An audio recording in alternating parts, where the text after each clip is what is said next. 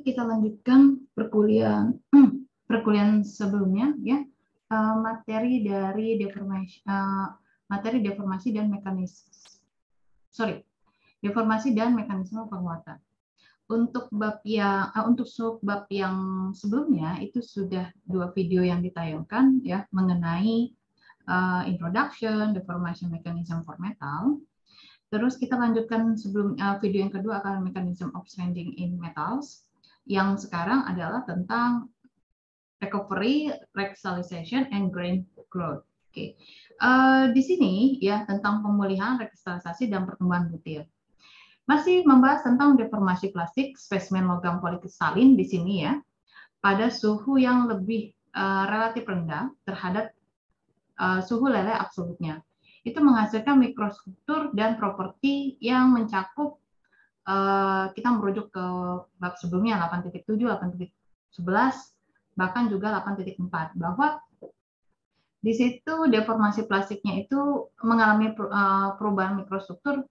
Strukturnya itu adalah perubahan bentuk butir, pengerasan regangan, dan peningkatan kepadatan dislokasi.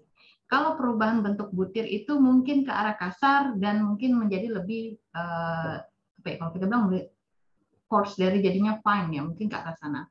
Dan juga pengerasan regangan di sana, lalu peningkatan kepadatan dislokasi. Kalau yang kepadatan dislokasi, oh ya masuk ya, ini jadi merefer ke subbab sebelumnya. Oke. Dan di situ juga ada beberapa energi ya. Kalau yang sebelumnya memang dibutuhkan energi sekitar 95% itu yang jadi energi untuk deformasi ya kalau nggak salah ya. Ada di bab mana sih tentang energi sebelumnya?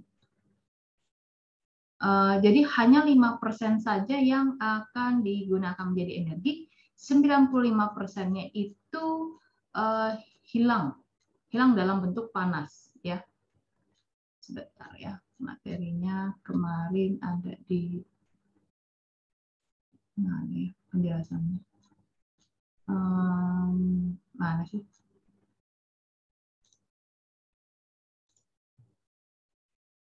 Oke, yang tadi disebutkan ya 8.4 itu di sini ya. Jadi ada sekitar 5% itu adalah energi deformasi dan sisanya hilang sebagai panas.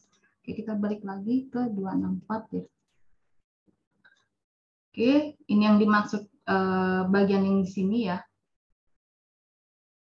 Bagian di sini karena ada fraksi energi tadi ya. Nah, dari fraksi energi yang energi yang digunakan tadi ya, untuk ke dalam deformasi itu ada energi regangan di sini ya, yang dimana energi regangan itu mengaitkan dengan zona tarik, tekan, dan geser di sekitar dislokasi yang baru. Nah, adapun untuk membahas tentang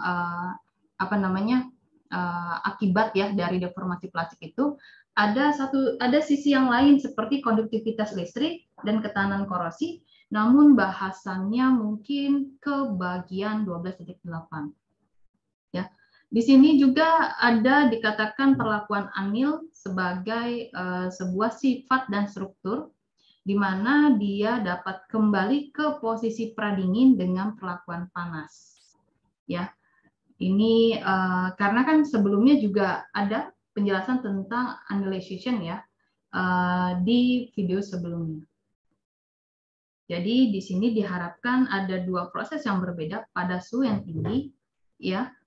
Dengan 2 proses yang berbeda itu akan memberikan 2 proses seperti pemulihan dan rekristalisasi.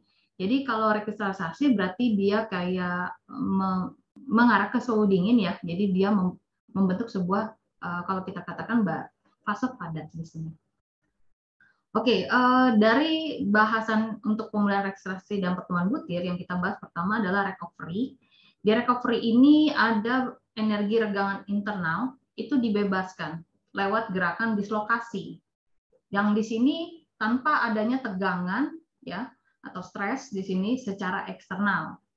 Nah, dengan kita punya energi regangan internal tersebut itu akan mengindikasikan sebagai akibat dari peningkatan difusi atom pada suhu tinggi. Lalu juga di sini kita kan mengharapkan adanya pengurangan gerakan mobilitas ya di sini dan dislokasi itu tidak banyak. Jadi di sini diharapkannya juga ada pengurangan jumlah dislokasi dan konfigurasi dislokasi.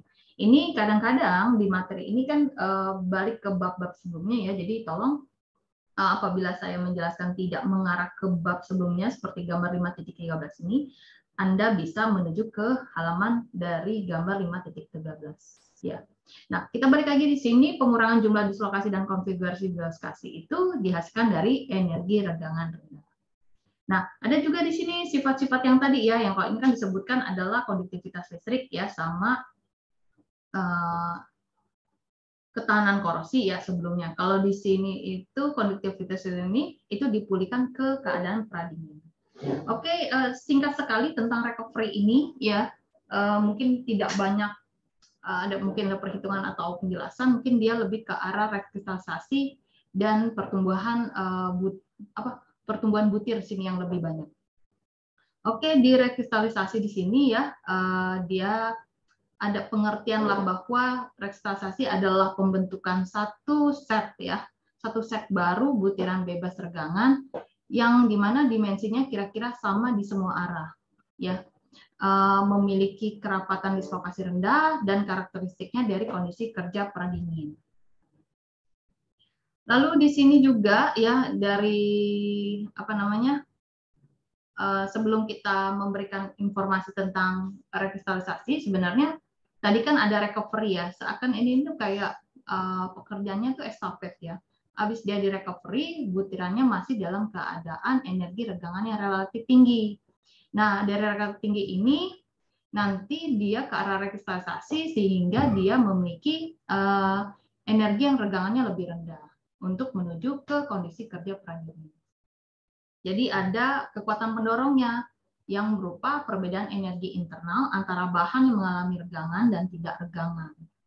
Dan selain itu juga ya di situ juga ada yang melibatkan ya, sini ada peran yang lain, ada proses yang melibatkan difusi jarak pendek. Karena tadi ada yang meregang dan tidak meregang, sehingga ada ruang kosong di sana, ya, sehingga bisa mengakibatkan difusi. Kemungkinannya bisa ke arah sana, ya. Dan itu di sini sampaikan terbentuknya sebagai inti yang sangat kecil, kebanyakan kecil ya di sini yang butir-butir barunya. Oke, di sini ada gambar dia minta.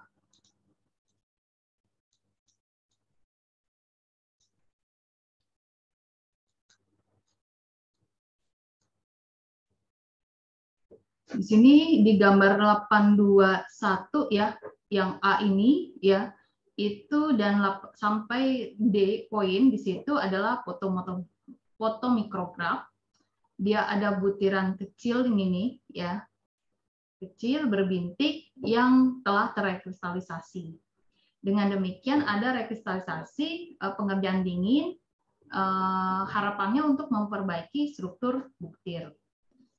Lalu juga selama proses rekristalisasi itu ada sifat mekanik yang berubah di sini ya, akibat dari pengerjaan dingin dan dikembalikan ke nilai pengerjaan pradinginnya, yaitu logamnya jadi lebih lembut, lebih lemah, namun lebih bulat. Ya. Lalu ada beberapa hal lagi perlakuan panas di sini ya, yang mengenai terjadinya rekristalisasi bisa saja dia memodifikasi dari sifat mekaniknya. Ya, sifat mekanik. Karena kalau di sini tadi hanya ke arah dia lebih lembut dari kuat, jadi lebih lembut atau lebih lemah, tapi di sini sifatnya lebih ulet. Ya, ini dia juga berkaitan dengan bab 14.5. Oke, ya. Di sini gambar yang tadi ya sebenarnya ya. Oke, bingung juga ini ya. Oke, saya ngambil gambar sini aja deh. Oke. Jadi ini adalah tahapan rekristalisasi yang disajikan dari gambar 8.21 ya. Jadi harapannya tadi ya sudah disebutkan bahwa yang butir-butir itu nanti kan mengeras ya melalui pengerjaan dingin untuk memperbaiki struktur butirnya. Dan di sini disampaikan juga bahwa rekristalisasi itu tergantung oleh waktu dan suhu. Jadi ada juga peran derajat atau fraksi dari rekristalisasi dengan melihat tadi ya yang ketergantungan waktu dan suhu tersebut. Dan di sini dari A sampai D itu ada peran bahwa kita dalam proses rekristalisasi berlangsung itu ada waktu eksplisit ya. yang terjadi di sini terlihat. Nah, kalau gambar yang A ini adalah struktur bukti pengerjaan dingin, di mana cold walking-nya 33%. Nah, sebelumnya kalau dari kurva-kurva yang tadi di video sebelumnya itu dijelaskan cold walking itu ada yang 0,4 sampai 24%. Di sini ada 33%. Dan sebelumnya juga ada latihan soal dia 35 hampir 36% untuk cold walking-nya. Lalu di yang B ini adalah tahapan awal rekristalisasi yang dia butuh pemanasan selama kecil sekali di sini 3 menit. 3 detik, singkat sekali di sini ya. Karena tadi juga dibilangkan waktunya eksplisit. Jadi bisa dikatakan lebih singkat dan suhunya ini adalah 580 derajat Celcius. Nah, butiran-butirannya itu kecil sebenarnya ya. Tapi telah terrekristalisasi dengan suhu tersebut dengan waktu tersebut karena tadi sudah disampaikan rekristalisasi itu tergantung oleh waktu dan suhu. Oke, sebentar. Saya beranjak gambar B mana ya? Oh, ini dia. Ini gambar. Ini benar kan? Oh iya betul. Ini gambar C-nya di sini adalah penggantian dari sebagian butir pengerjaan dingin dengan butiran yang dikristalisasi. Waktunya naik ya di sini ya. Jadi 4 detik, suhunya masih sama. Jadi dari sini dia berubah menjadi seperti ini. Ya. Tapi ini tidak dijelaskan ya apakah perbesarannya sama atau tidak. Kalau misalkan perbesarannya tetap sama dengan menggunakan alat fotomikrograf, berarti lebih yang kecil-kecil ini jadi lebih terlihat besar gitu kalau kita katakan ya. Yang tadi yang butirnya jadi lebih lihat. Oke, begitu masuk ke poin D, ini adalah rekristalisasi lengkap. Di suhunya adalah 580 derajat. Sama suhunya di sini, waktunya jadi 8 detik posisinya. Jadi lebih seakan, kalau ini kan kayak bidang kosong ya, di sini tidak ada tumpukan-tumpukan dari butiran-butiran, kalau ini terkesan penuh. Lalu lanjut di sini, dia adalah pertumbuhan butir, waktunya setelah 15 menit. Pada 580 derajat Celcius. Ini kalau dianggap kan kayak bekerja 0 saat 3 detik itu fotonya adalah foto yang B, lalu saat detik keempat itu adalah foto yang C, yang ini adalah menit ke-15 yang D, sedangkan yang E ini adalah 15 menit, setelah 15 menit masih dengan suhu yang sama, sedangkan yang F itu berarti oke ya, berarti pada ini ya. Kalau yang ini berarti kok ini jadi bisa persepsinya banyak ya. Pertemuan butir setelah 10 menit pada suhu 700 derajat Celcius. Kalau yang ini kesannya kayak suhu dari 580 itu dinaikkan, setelah dinaikkan baru waktunya dihitung 10 menit. Ya. Karena ini suhunya naik ya, dia ngitungnya bisa hal yang berbeda sih, maksud saya gini, apakah dia dengan suhu awalnya untuk rekristalisasi ada 700 dari awal 700 atau setelah nangkep. Kalau seperti ini mah ini seakan kegiatannya dilakukan dengan 2 sampel dengan sampel yang sama. Di sini sampelnya ada butir kuningan. Jadi yang pertama dia lakukan sampel kuningan pertama itu dengan suhu 580 derajat Celcius. Ya, 80 derajat Celcius, detik sekian dia lakukan fotomikrograf dengan perbesaran 75 kali. Sedangkan yang di posisi F itu bisa diindikasikan seperti pertumbuhan butirnya itu hanya waktunya 10 menit. Nah, ini tuh dia mau nunjukin bahwa tadi loh yang di sini dikatakan bahwa proses rekristalisasi itu bergantung pada waktu dan suhu. Ya, arti kata dia variasikan suhunya, dan ketika dia variasikan suhunya, ternyata melalui semacam dia justifikasi untuk pengukuran waktu dan suhunya, ternyata di 700 derajat Celcius itu hasil fotomikrografnya itu kayak lebih lebih sempurna mungkin ya. Kalau ini kan masih terlihat kecil-kecil ya. Kalau ini dengan perbesaran yang sama ini sudah terlihat besar.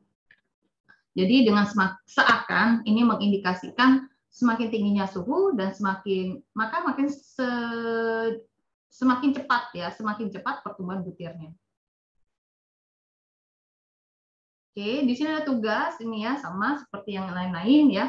Di sini tolong jelaskan secara singkat mengapa beberapa logam seperti timbal dan timah itu tidak mengalami pengerasan regangan saat berubah bentuk pada suhu kamar. Oke, karena sebelumnya kan ada tuh di materinya bahwa dia akan mengalami pengerasan regangan pada suhu kamar di materi masih di materi pertemuan 6 ini, ya. Oke, ini penjelasan yang tadi ya tentang pengaruh suhu sehingga dia menunjukkan adanya kekuatan tarik, keuletan ya untuk paduan ini, dan dia melakukan ini ternyata selama waktu 1 jam, ya. Oke, lalu di sini juga ada perilaku kristelisasi ya, di mana di sini penyesuaiannya dan 1 jam, suhunya paduan kuningan pada gambar, ini gambarnya 822 ya. Ini beda lagi 822. Ini 823. Gambar 822 mana ya? 23. Oh, ini sorry ya. Gambar 822 yang ini. Kalau yang sebelumnya itu suhunya 580 dan 700, kalau yang ini dia 450.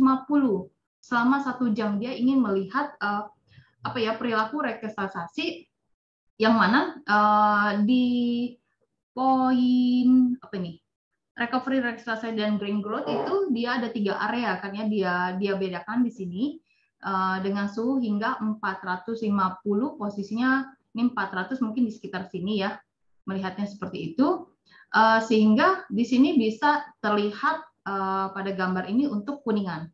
Nah, di sini ada sepertiga dan ataupun setengah dari suhu leleh mutlak itu dia tergantung beberapa faktor, termasuk jumlah pengerjaan dingin sebelum dan kemurnian paduan tersebut dari gambar ini, ya bisa dikatakan. Jadi kayak kalau ini bentuk penampakannya ya ketika dia ada di recovery lalu dikristalsasi dan mulai sudah ada butiran-butiran yang baru di sini ya, dan ini mulai terlihat seperti gambar yang ini ya kalau dilihat dari green growth-nya itu. Oke, di sini juga ada beberapa penjelasan ya. Sebentar, turun lagi. Ya, di sini ada. Namun di sini di gambar 8.22 itu dia mulai menunjukkan suhu anil ya kalau katakan.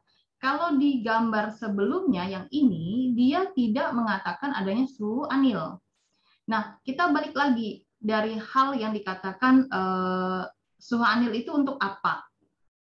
Ya, karena rekristalisasi itu untuk pengerjaan dingin tujuannya untuk memperbaiki struktur buktir. Ya, yang ini akhirnya nanti gambarnya menjadi seperti ini. Nah, dengan adanya suhu anil, ya tadi mana ya dijelaskan ya di sini ya.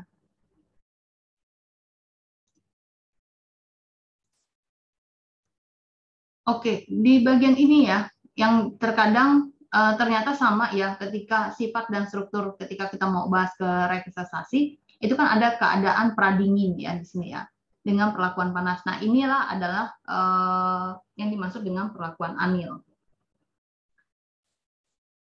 Oke, kita masuk ke gambar yang 8.22 di sini ya, gambarnya ini.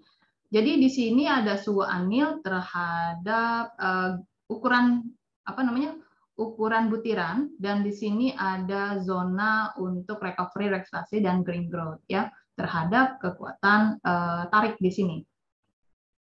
Dan ini waktunya selama 1 jam untuk si kuningan untuk melihat dia kekuatan tarik dan keuletannya. Di sini bisa terlihat skema pertumbuhannya.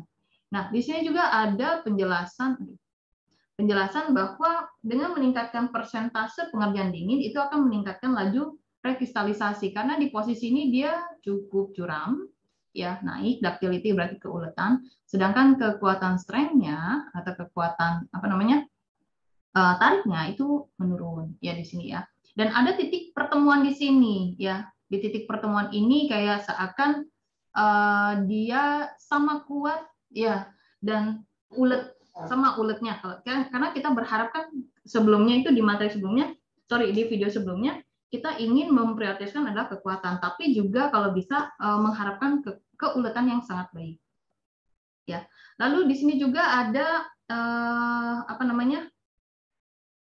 lanjutan dari 8.22 itu ke 8.23 karena tadi kita menurunkan suhu ya di sini ya, ada suhu rekristalisasi menurun dan mendekati nilai konstan. Nah, lalu di sini juga ada batas atau minimum suhu rekristalisasi ya, karena kalau kita menurunkannya tapi tidak ada ambang batas, mungkin yang terjadi benda tersebut ya butirannya mungkin jadinya nggak seperfect yang dirancang oleh insinyur metalurgi dan material.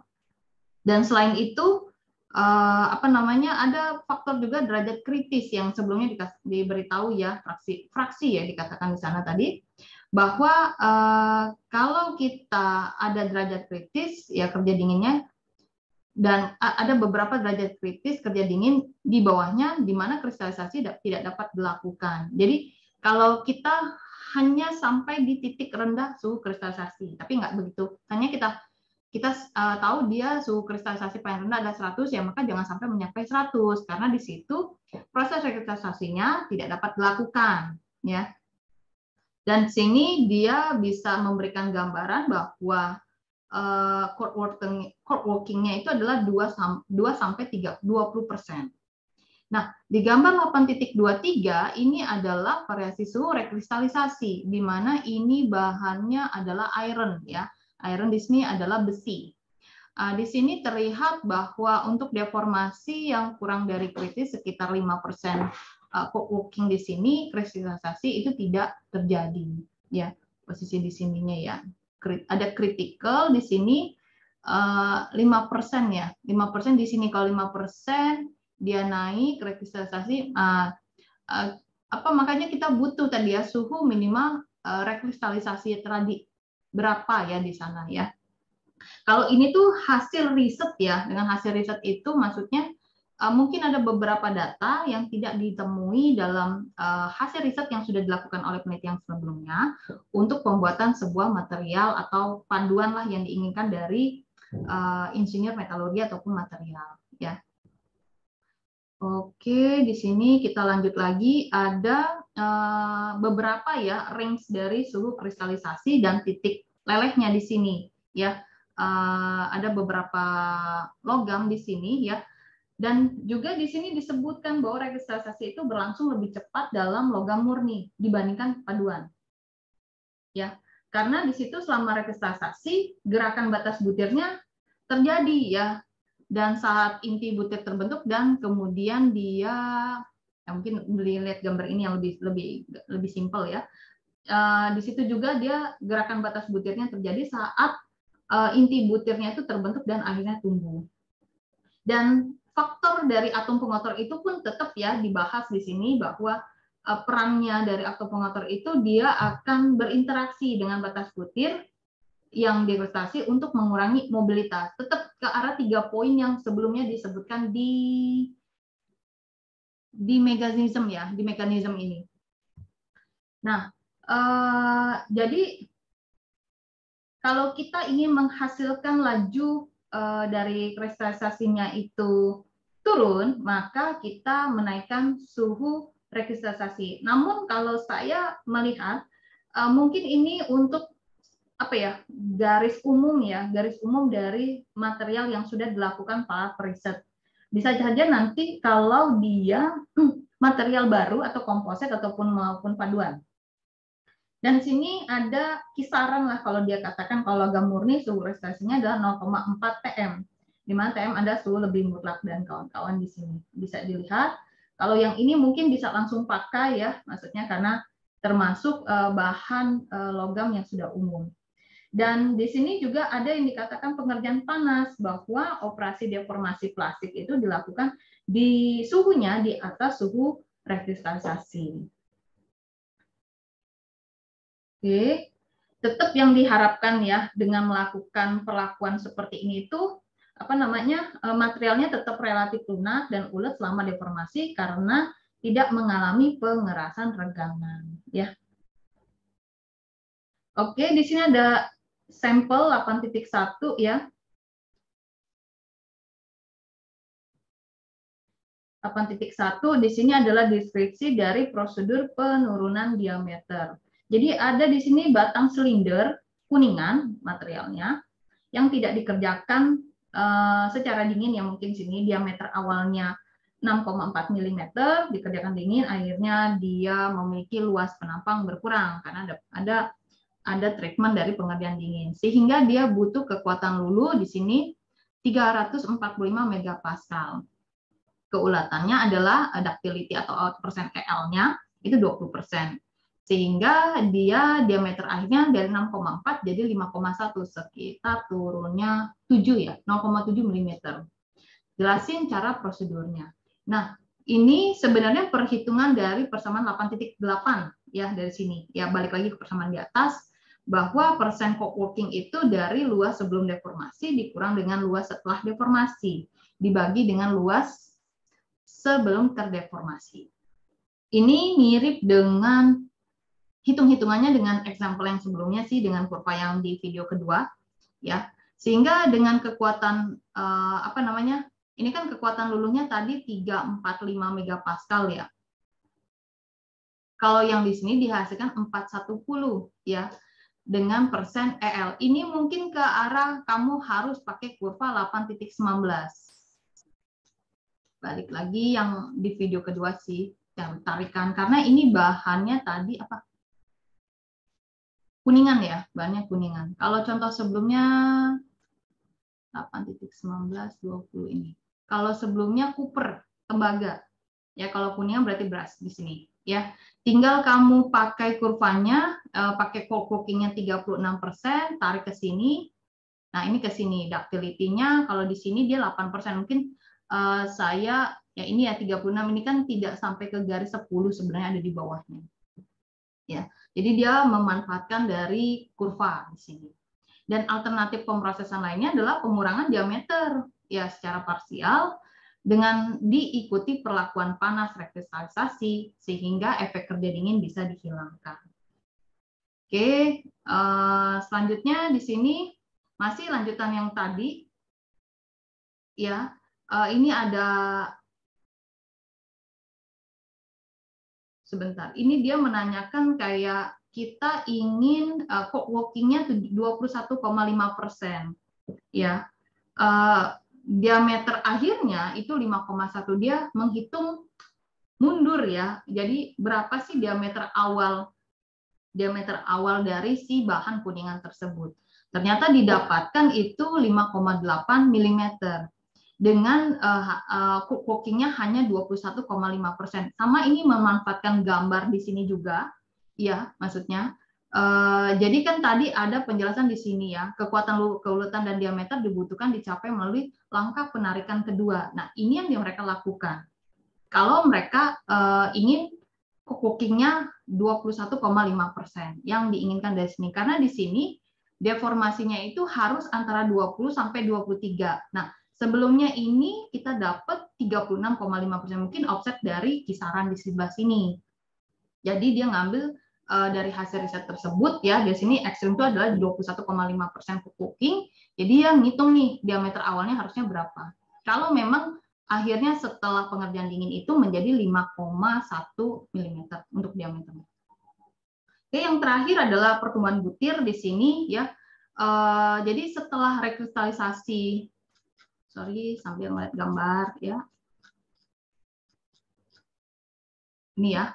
Jadi setelah rekristalisasi ini selesai, daerah rekristalisasi ini, jadi ada butiran bebas regangan tumbuh ya, terus tumbuh terus ya, sampai akhirnya ini dikatakan pertumbuhan butir. Nah, mungkin yang ini ya kali ya. Ini kan tadinya awalnya nih butir, terus dia jadi seperti ini, balik sini, dan akhirnya setelah perbesaran ini. Kalau yang ini suhunya 700, yang ini 580 liter ya. Oke, jadi pertumbuhan butirnya tidak perlu didahului dengan recovery dan rekristalisasi. Oke, jadi tidak, dan itu dapat terjadi di semua bahan polikristalin dan kawan-kawan. Arti kata ada kemungkinan di sini bahan-bahan yang umumnya dia tidak ada pertumbuhan butir dulu yang didahului dari recovery dan rekristalisasi, itu bisa saja hal tersebut berbanding sebaliknya. Oke, dengan melihat bab bagian 5.8 sebelumnya itu adalah terkait energi ya yang berada di batas butir. Jadi dengan bertambahnya ukuran batas butir, luas batasnya berkurang sehingga menghasilkan pengurangan energi, ya. Dan akhirnya hal tersebut menjadi pendorong untuk pertumbuhan butiran. Oke, ini di gambar 8.24 ya. Ini ya. Oke, 8.24 ini adalah skematis dari pertumbuhan butir melalui difusi atom. Karena tadi sebutkan ada jarak pendek ya, difusi atom dalam bentuk jarak pendek dikatakan. Karena ada yang meregang dan tidak meregang sebelumnya. Nah, di sini tuh ada migrasi ya, kalau dilihat ada panah hijau dan panah biru dan ini berlawanan arah. Jadi daerah sini bisa ke sini, daerah sini bisa ke sini, dan ini ada apa ya, pembatasnya ya, area pembatasnya. Dan yang ketika dari atom sini ke sini ya, ini boundary, maksudnya batas perlintasan. Dan yang ini adalah dia yang melintas dalam bentuk proses difusi. Ini juga seperti itu.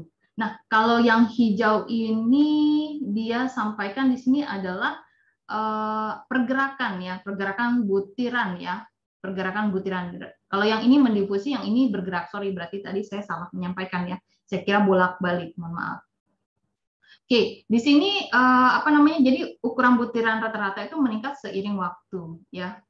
Dan gerakannya hanyalah difusi jarak pendek ya, jarak pendek. Jadi seperti ada di depan batas ini terlihat ya, ini dengan sini. Jadi tidak ada dari misalkan atom yang kedua ini ke sini, tidak ada, karena dia harapkan adalah jarak pendek. Dengan jarak pendek itu ada arah gerakan batas dari gerakan atom lain yang berlawanan. Karena ini terlihatnya ke sini ya, dibandingkan dia ke sini itu kan terlalu jauh terlihat di jaraknya. Ini ke sini ada kemungkinan ya, ada kemungkinan ke sini. Kalau ini ke sini terlalu jauh, ini ada kemungkinan ya, karena memang seperti ini. Kalau dia pasti akan bertanya kenapa ini tidak ke sini. Nah, di sini juga selain jarak itu ada arah gerakan batas ya, dan gerakan atom saling berlawanan. Jadi kalau misalkan posisi ini ada di kanan mungkin ya saya katakan, ini dia agak sedikit ke kiri. Tapi ada hal juga di sini seakan ini berhadapan. Ya, ini kalau ngelihatnya secara lurus ya maksudnya ya. Kalau ini juga posisinya juga agak sedikit miring ya, ini juga. Ya, jadi ada beberapa mungkin konten yang tidak pas sekali lah dengan kalimat yang disebutkan di sini. Oke, selanjutnya adalah gambar dari 8.25. Ini adalah logaritmik dari diameter butir terhadap logaritmik waktu untuk pertumbuhan butir pada kuningan di beberapa suhu. Ya, nah jadi di sini ada ketergantungan ukuran butir pada waktu dan suhu. Tadi juga disebutkan di registrasi suhu dan waktu ya untuk itu. Nah di sini dia contohkan adalah kuningan ya. Hasil ini adalah hasil kuningan ya, untuk bahan kuningan, dan pertumbuhan butirnya itu berlangsung lebih cepat dengan meningkatnya suhu. Ya, bisa dikatakan hasil dari penampilan dari gambar 8.25 ini. Ya, jadi dapat disingkatkan peningkatan laju difusi dengan seiring meningkatnya suhu. Oke, selanjutnya di sini kita memiliki persamaan lain, persamaan sebelumnya yang untuk di co-cooking itu 8.8, yang ini adalah persamaan 8.9. Ini ditujukan untuk bahan polikristalin, ya, di mana diameter butir, ini lambangnya adalah D, itu bervariasi terhadap waktu. Jadi hubungannya di sini karena logaritmik, dia ada pangkat N di diameternya. Ada diameter butir awal, diameter akhir, ada konstanta bebas waktu, dan waktu itu sendiri. Nah, M-nya ini bisa 2 atau lebih dari 2 sebagai konstanta bebas waktu. Oke, di sini dan apa namanya, sifat mekanik pada suhu kamar ya itu lebih unggul ya posisinya di sini. Tapi ini bahan logam yang dimaksud ya. Bahan logam di sini lebih unggul dibandingkan dengan yang berbutir kasar. Dan ada sih penjelasan yang di atas, jadi tidak semua bahasan tuh gini loh, butir yang halus itu jauh lebih baik dibanding yang kasar. Di pembahasan sebelumnya, dia maunya butir kasar. Dalam bentuk lebih kecil ya, maksudnya yang bukan yang kasar besar gitu ya, katakan seperti itu. Jadi dilihat lagi kondisinya. Nah, jika struktur butir dari paduan fase tunggal itu lebih kasar yang diinginkan. Nah, ini yang saya sebutkan tadi ya. Dia lebih diinginkan penyempurnaan dapat dicapai dengan mendeformasi material secara plastik, kemudian memasukkan ke dalam perlakuan panas rekristalisasi.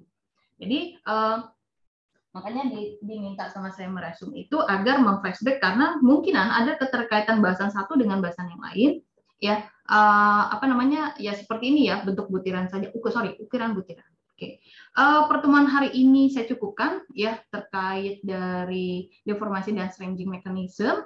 Ya, yang selanjutnya minggu depan itu belajar tentang kegagalan logam. Kegagalan logam itu patah, lelah, dan mulur ya, artinya di sini krip ya. Oke lah ya, kita lanjut lagi di minggu selanjutnya. Terima kasih sudah mempelajari materi berkaitan tentang materi dan kursi. Terima kasih, sampai jumpa lagi di channel Desi selanjutnya. Bye bye.